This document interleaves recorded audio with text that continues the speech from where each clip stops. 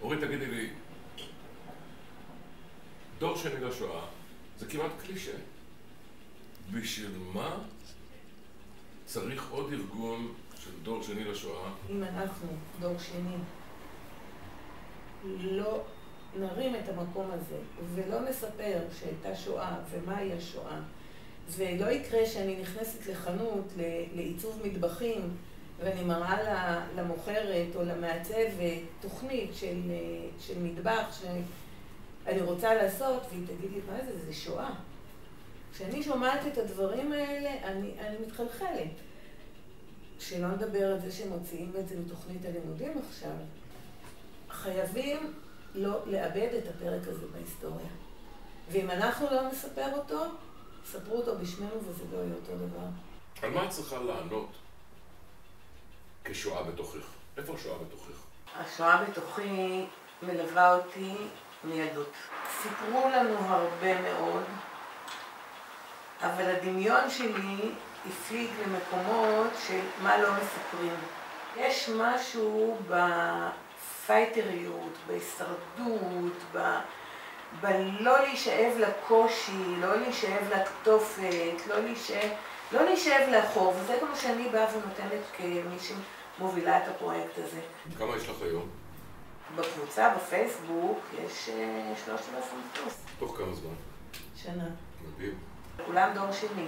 כל אחד שנכנס מבררת, אם הייתי פותחת את זה, היו שם הרבה יותר. המכנה המשותף בקבוצה, שמאוד מאפיין את האווירה, שמאוד מחזקת, זה ההכלה אחד לשני. כולם מקבלים אחד את השני, כולם מקשיבים אחד לשני, המעודדים אחד לשני. תוך שניות אנשים מתחילים לשתף ולדבר, והם קמים אחרי זה ואומרים, וואלה, זו פעם ראשונה שסיפרתי את הסיפור הזה. אני רוצה להיות מעורבת קודם כל במה לבני הדור השני.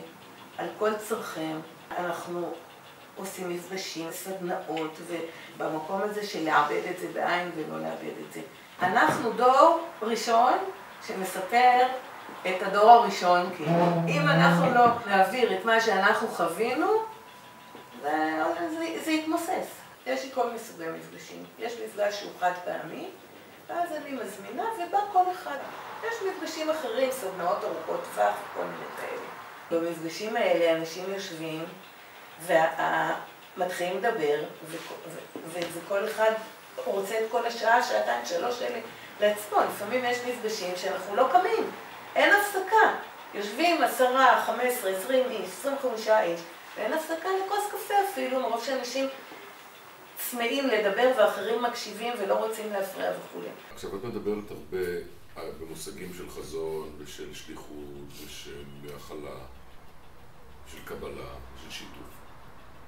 אבל לכל המילים היפות האלה והכוונות הטובות הללו צריך להיות גיבוי תקציבי, ארגוני. אני הארגון, אני הגוף, אני הכל בעניין הזה. הכל בהתנדבות. אחרי ההתנדבות, עדיין צריך לשלם לבוני אתר, צריך לשלם פה לחומרים לתפוצה וכך הלאה, ולאולמות ולמיקרופונים ולהגברות מי משלם את זה? הכסף היחידי שאני גובה לטובת הפעילות הזאת, וזה במפגשים שאני עורכת, שהם מקצועיים, אני מכינה אותם, אני עובדת עליהם קשה מאוד. כל מפגש וכל פעילות שאני עושה, זה 70 שקלים באופן קבוע בכל פעילות שלי. אני מייצרת את זה ובונה את זה ועובדת על זה, וזה פרויקט חיים. אם את עכשיו מדברת לקהל שם, כן. שמורכב מאנשים שהם דור שני לשואה, אבל אין להם את המודעות, הם לא חברים בקבוצה הזאת. יש להם כל מיני זרמים תת-קרקעיים שהם לא יודעים להגדיר אותם. מה את אומרת להם?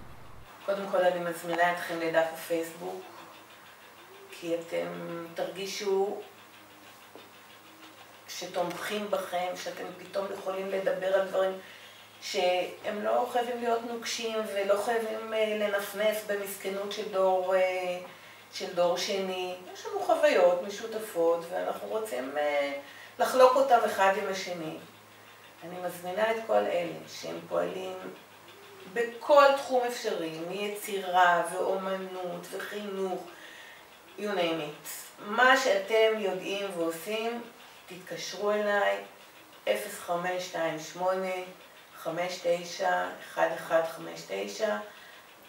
בכל הזדמנות שיש לכם, תציעו מה אתם רוצים לתרום, מה אתם יכולים להביא כדי שאנחנו נעביר את המסר הזה לדורות הבאים.